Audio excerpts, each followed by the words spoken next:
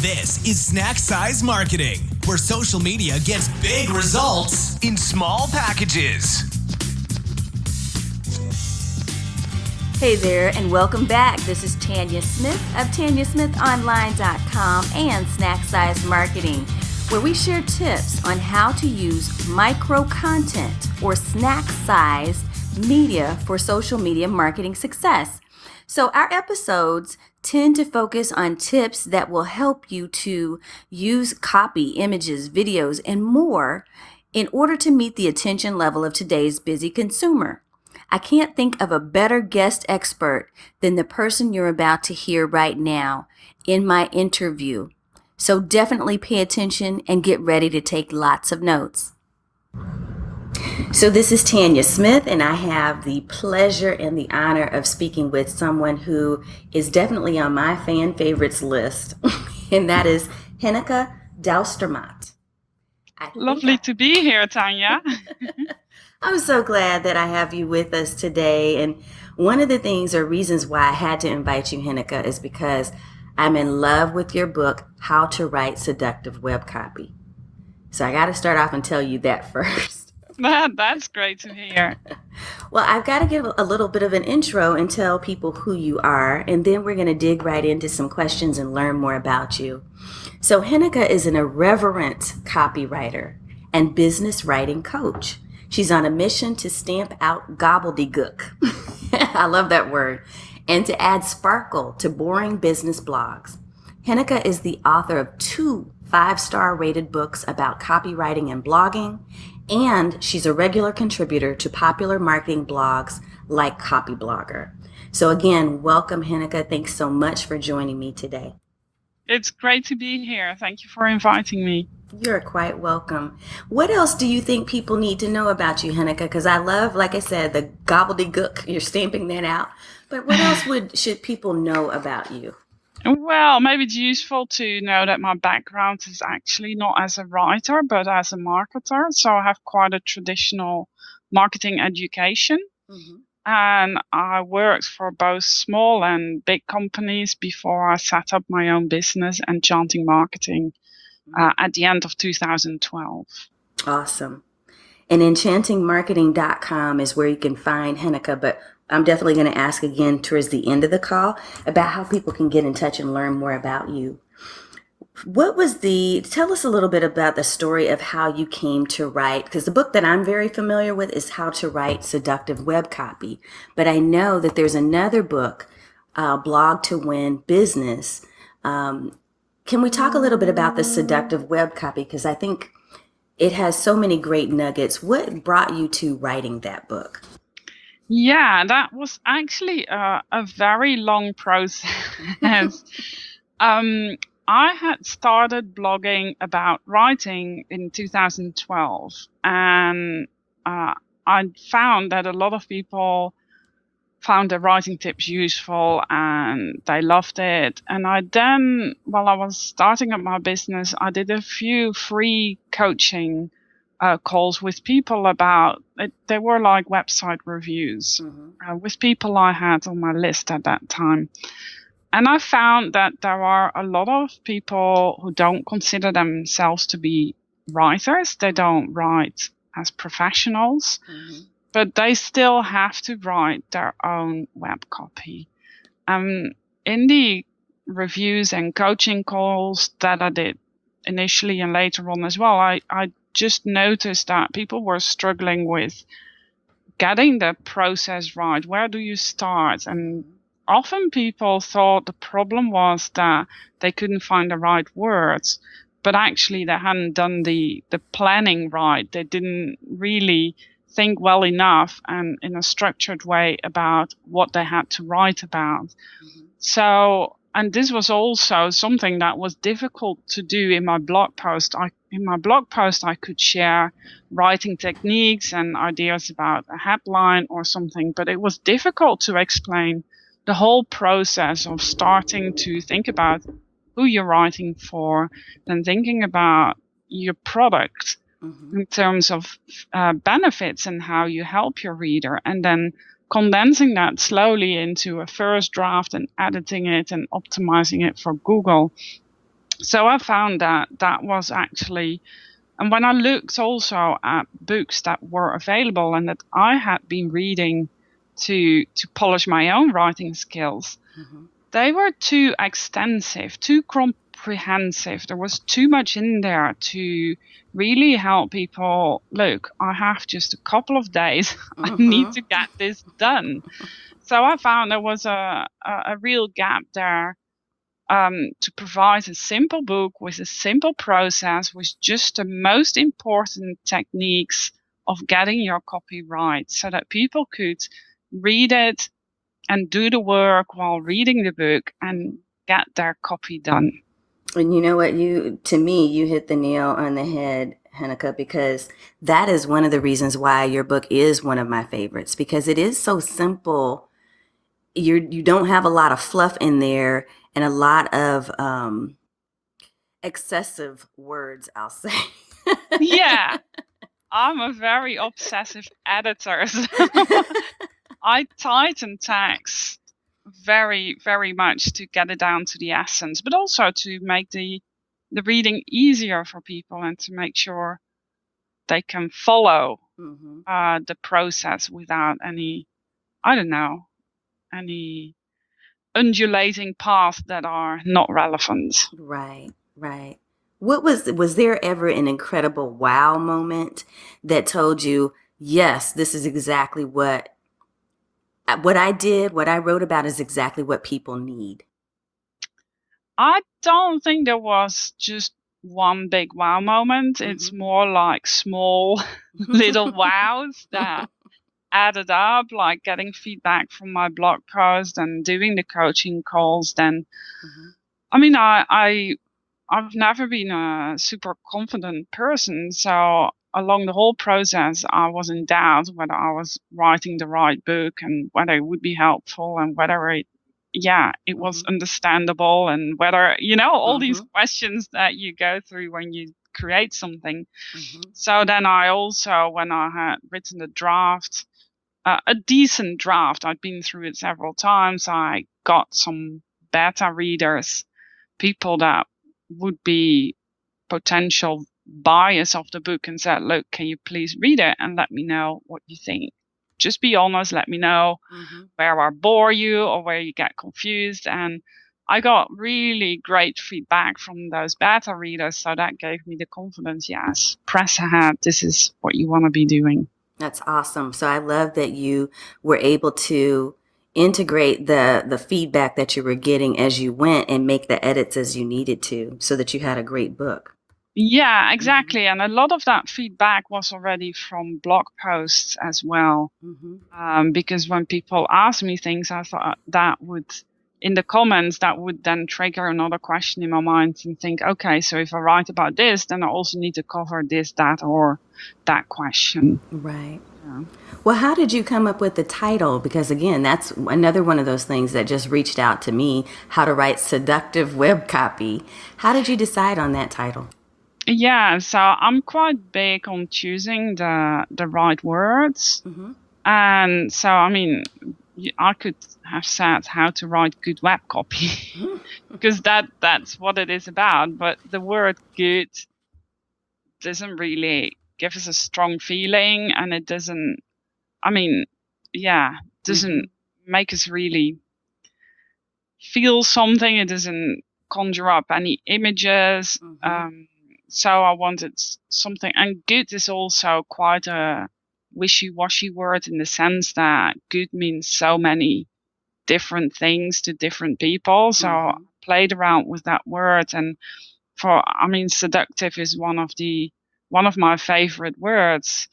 And I think what we want to do with our words is seduce people to buy from us, really make them feel valued by us. And I mean, when I say seduce, I don't mean that in a bad way, not like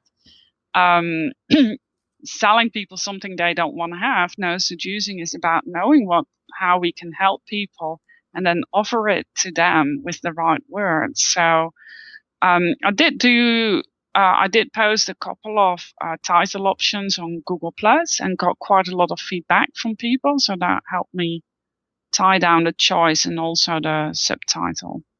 And what I hear you saying, there's a couple of different message points I don't want listeners to miss.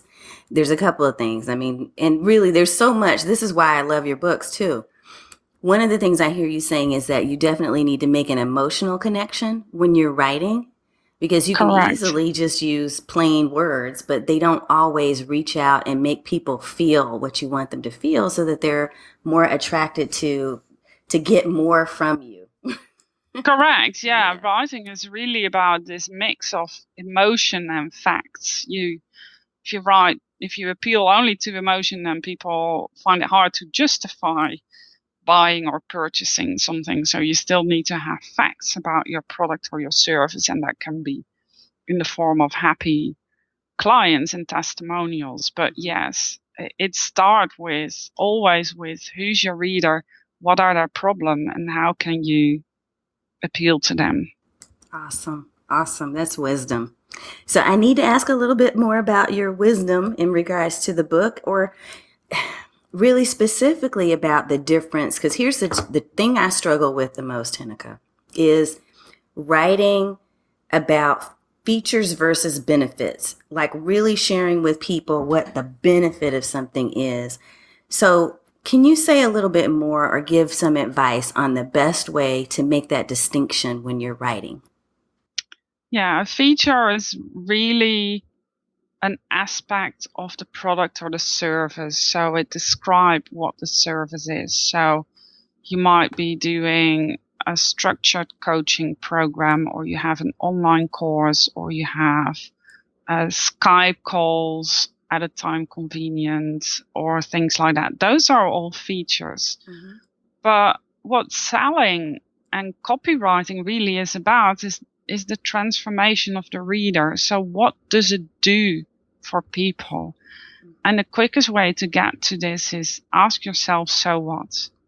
I mean, if we look at, sometimes it's easier to start with a product rather than a service. So if we think about a product, say you have a car with cruise control. Mm-hmm. So what? I mean, well, you don't have to pay attention to keeping below the speed limit. Mm-hmm. So what? Well, that means that you can keep your eyes on the road rather than on your speedometer. So what? Why would you care about that? Well, if you have your eyes on the road, then you would quicker see it when somebody's crossing or another car is arriving. Mm-hmm. So it's safer. And that's, you see, by going through this process, you move away from the products and you get closer and closer to what it does to the reader, in this case, the potential car driver. He can feel safer because he can see what's happening on the road, because he's not spending all his time looking at his dashboard. Oh, that makes so much sense. That really does. And I love how you simplify the process by simply saying, ask this one question, and you asked it over and over again until you got down to the meat of what it is that it's going to do.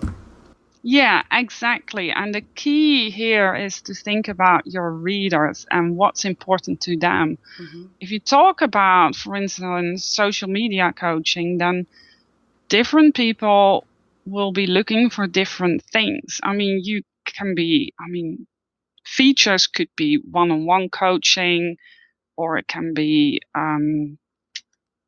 an ebook, or whatever you want to do. Mm-hmm. But what's most important is, okay, who do you choose as your audience? If your audience are people really beginning with social media who haven't tried a lot yet, mm-hmm. then they really want to be reassured that you can teach them the basics so they know what platform to choose, for instance, so that they, with little time, as quickly as possible, can be up and running and get some impact mm-hmm. from social media. Well, what is that impact? Do they want to get leads? Do they want to network with peers? Do they want to, I don't know, look like they're popular? Do they want to get word of mouth? What is important to these people? Mm-hmm. And it's really important that if you sell social media course or coaching is that you tie into exactly what these people want to do. If you'd be selling to more experienced social media users, then one of the biggest benefits to them is saving time because exactly. everybody, as soon as you get into social media, complains about it being a time suck. So what in your course or in your coaching can you do to help them save time so they can still reach their business objectives without spending so much time on it? So different messages for different audiences and where they are. Correct. Yeah, it's really useful sometimes to look at fashion, because when we talk about fashion, it's quite clear that there's so many different reasons why people would choose a certain brand. It has to do with a sense of belonging, a sense of status, in some cases being comfortable. There's very different things why we choose to buy. Do we want to look good, or do we want to be comfortable? Do we want to impress people? Do we want to show off how rich we are, or what do we want to do? How I don't know, how trendy we are. Right. And there's no way you can meet every single need for every single person who's consuming your stuff. So you really have to be focused. That totally makes sense. Correct. Yeah. Especially if you're a small business owner. I mean, if you're a big supermarket chain, you can just buy a lot of advertising space, and you can be as generic as you want and still get people through the door. But if you're a small business owner, you don't have that budget, so you need to be different. You need to appeal to a specific audience with your personality as well. So I think I might have gotten the answer to one of the questions I was going to ask you, and that was about your best advice for marketers to come up with benefits that attract or seduce their intended audience. But is there something that you would want to add or expound on with that question? Yeah, I mean, it's really getting to know who they are. And it's often useful to think about, okay, who are your favorite clients so far, and why are they your favorite clients? And even call them up and say, why do you enjoy working with me, and why did you choose me? Because often that's a good way to find out more of these underlying reasons that we might not be aware of. And personality, especially if you're a service provider, whether you're a coach or a web designer or a writer, or some trainer, your personality plays a big role in the choice for you. So and that's one of the things that we often find difficult to describe. So it's good to ask other people and say, okay, why did you choose me? Why do you enjoy working with me? Love that. Love that. Repeatedly, I'm hearing the theme of getting feedback as much as possible, whether it's feedback from people who are considered your clients, or people who are in your follower audience, or even people who are your peers and colleagues that can give you feedback, for instance, on writing a book. So I definitely, I'm hearing that. Yeah. Awesome. And if you have an email list, then it's very good to ask people just a question about what they're struggling with, or how you can help, or things like that. It's especially in the beginning, when setting up or growing an online business, that can be incredibly useful. So I'm going to switch gears a little bit on you, Henneke, and ask a question about your biggest mistake.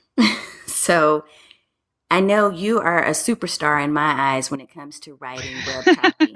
Okay, so to me, you can do no wrong. But I know at some point there had to be a mistake that was made. What was the biggest mistake about web copy that you learned from before ever writing this book or really getting into this niche? Yeah, before I really knew much about writing, I was really always thinking that you have to be clever. and that there was a premium for like having clever headlines. And I don't know, I never thought that simplicity was the most important value of online copy, and that's what people were looking for. And I used to work with advertising agencies, and I always thought, gee, they come up with such clever things and I can never do that.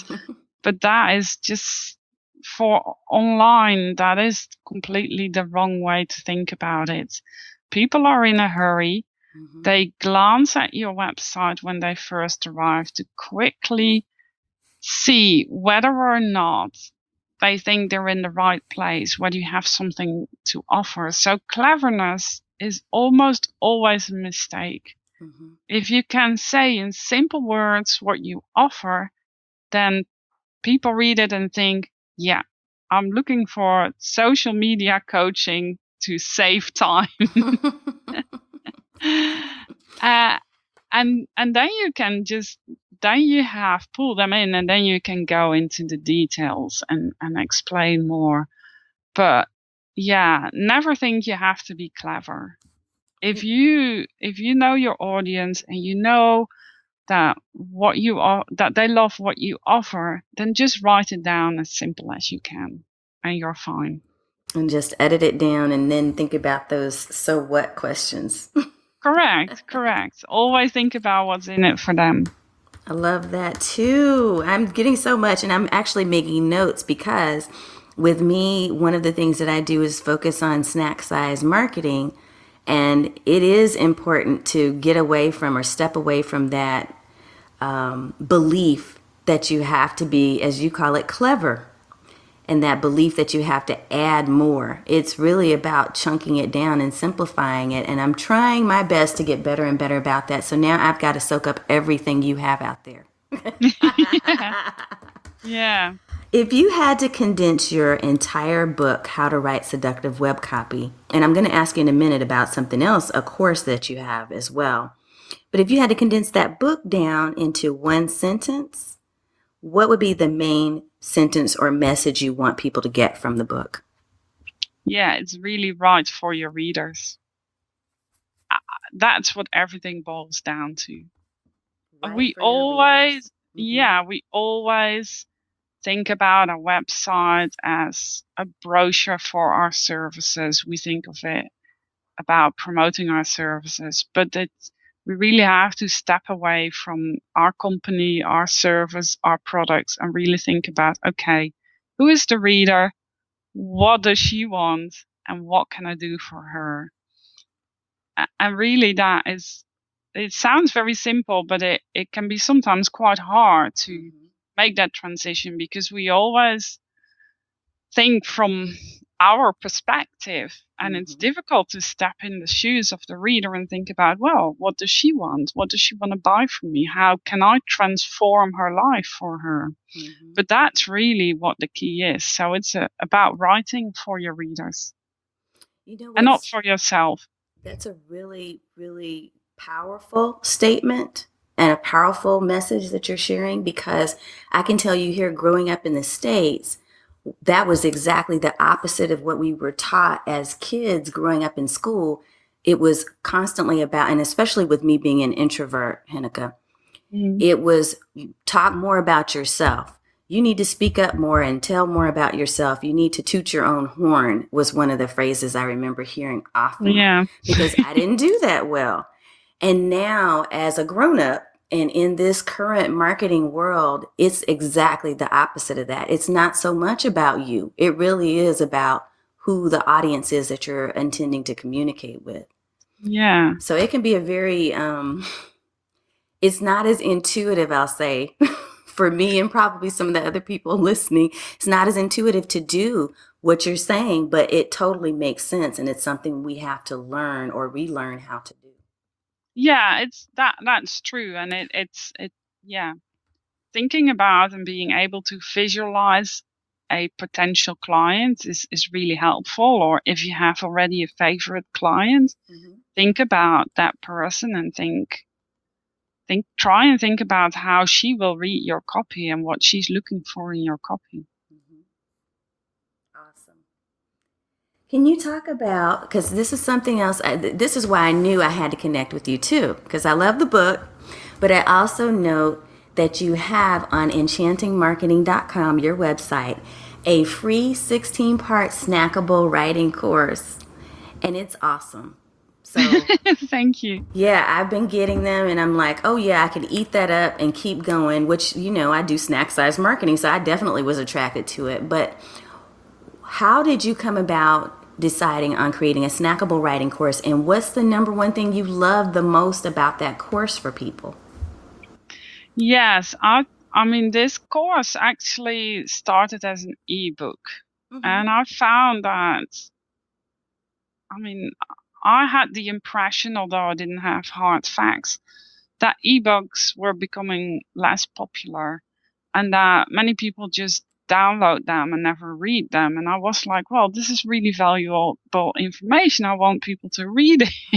So what can I do? And then one day I came across the word snackable and I thought, wow, now I know what I'm doing. I mean, it was totally unrelated, but it just triggered this idea in my mind that combining also with what people always says, we're too busy, we don't have time, it's too much. I thought, well, instead of asking them to read the whole book in one go, why not cut them down in really short emails? And I set myself the target that each email had to be less than 200 words. So people could read them in half a minute or less. And it was really for busy people. Just each email has a quick writing tip that they can implement almost instantly. Know, if they're writing something that day, they can think about it and, oh yeah, I remember Henneke told me not to do this. Exactly. And that's really how it works. And I got a lot of good feedback because exactly, people say it's short, it fits in their schedule. They come quite often, initially once a day, later on once every other day, but people don't mind the regularity because it's so quick to read and they know there's always something valuable inside. Absolutely. And a lot of really practical advice, like you said, that you can easily apply right then while you're reading it. So yeah, and they're quite fun as well. So there's no dry stuff in there. And yeah, and I found from a sort of business perspective, for me, it's a great way to engage with people as well, because I get regular people who comment and email me back saying, I love this, or what do you think about that, or things like that. So it's a great way for me to interact with people and to build up a relationship with people quite quickly. There's a few sort of personal tidbits in there as well, just for fun, but still writing related. Yeah. So yeah, people can get to know a little bit about me quite quickly. Well, I definitely want to encourage everyone to go out. Anybody who's listening to this right now, go to enchantingmarketing.com so that you can see Henneke's lovely smile and get that writing course, that snackable writing course, because it's absolutely helpful. And one of the things that I've been doing with these, Henneke, as I've been getting them, is saving them into a folder so that I can go back and re-reference them. Because I think it's just that good. So it's going to end up being an e-book anyway for me. But I like that it's in small bites, and that's how I really do everything these days. Yeah, no, exactly, yeah. So is there another favorite book or resource that's in your toolbox right now? I mean, my all-time favorite business book is Made to Stick by Chip and Dan Heath.